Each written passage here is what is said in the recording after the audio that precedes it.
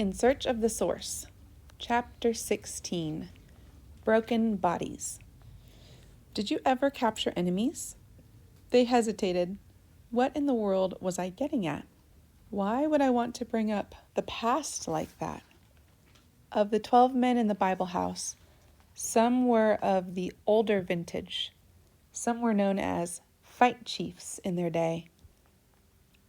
Awarapi Ali was there, and Eleke Wi Ali men, still distinguished as Awarapi Ali was there, and Eleke Wi Ali, men still distinguished as big men around the village. Some in the room had listened to the talk.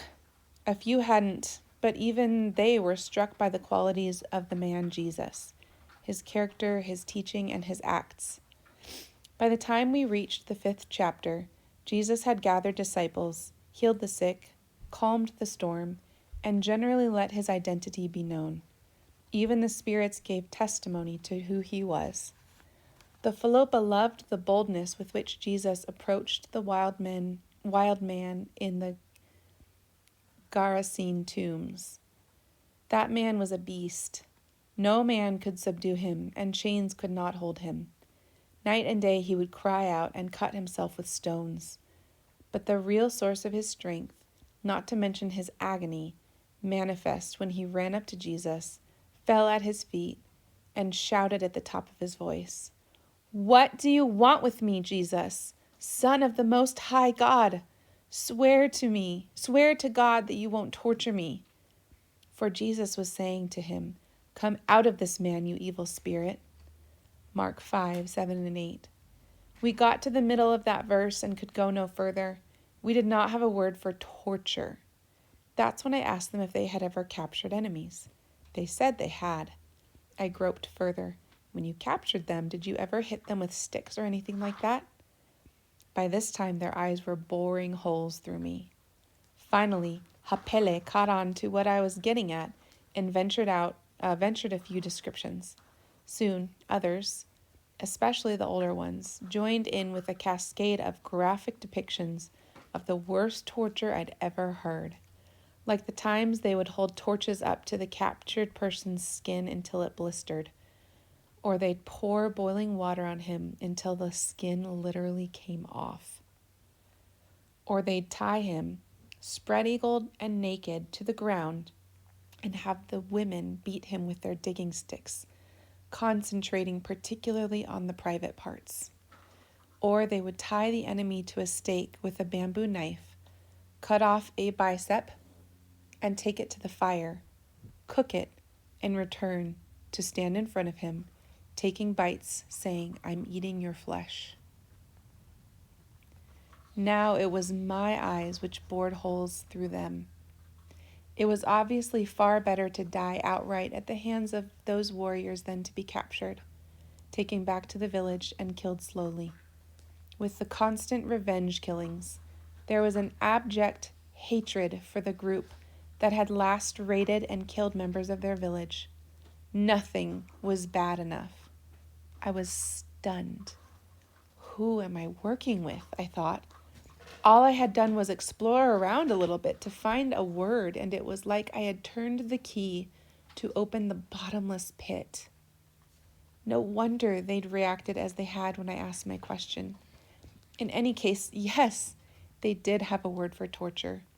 Susupu, eretapo. And if the demons at Mark 5 had had anything like this in mind, though it was the very stuff they had been instigating in the world down through time, it was no wonder they were afraid. About a week later, we broached the subject again. We'd moved up to Mark 10. This time it wasn't demons fearing torment. Rather, it was Jesus predicting what was about to happen to him. We were going to Jerusalem, he said, and the Son of Man... We are going up to Jerusalem, he said, and the Son of Man will be betrayed to the chief priests and teachers of the law. They will condemn him to death and will hand him over to the Gentiles, who will mock him and spit on him and flog him and kill him. 3 days later he will rise. Mark 10:33 and 34. Again we were struck. I didn't have a word for flog. What do you call it, I asked, if someone hits another, say an enemy, with something like a rope? That drew a blank.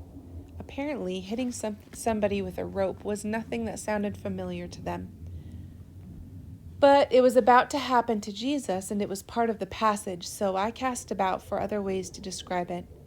My eyes fell upon a piece of rattan vine left over from tying the thatch on the roof.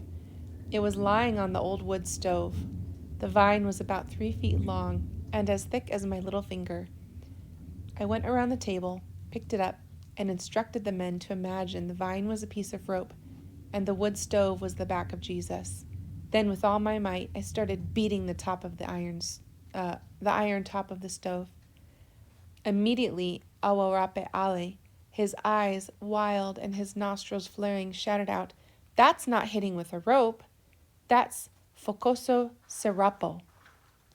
He was indignant, staring up at me from his place on the floor. Focoso serapo. I walked back around the table and wrote the words down. "Tell me more about it," I said. But when I looked up, they were all just staring at me. It was like I had taken them right back to the old days. "Wait a minute," someone said. "Do you mean to say they did that to Jesus?" "Yes." "But here he just said they were going to do it. Did they really do it to him?" "Yes." Quiet fell on the room. Finally, Eleke Wiali said, "We used to do that, but we only did it to our enemies. But then just before we were going to kill them."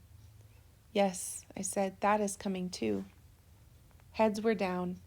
In the corners, the large shell earrings of the old men swung back and forth in utter dejection. The memory of Focoso Serapo floggings was too fresh in their minds. They were seeing a deeper vision of the abject cruelty, the enormity of it all, that than I had ever considered. And that this would happen to Jesus, someone they had grown to respect and like. He was a man who would put little children on his lap, who would reach out and heal those in need, a man who could hardly have an enemy. These men knew what torturing and flogging were all about, that this Jesus would come to suffer like this was just too much to take in. We had to stop for the morning.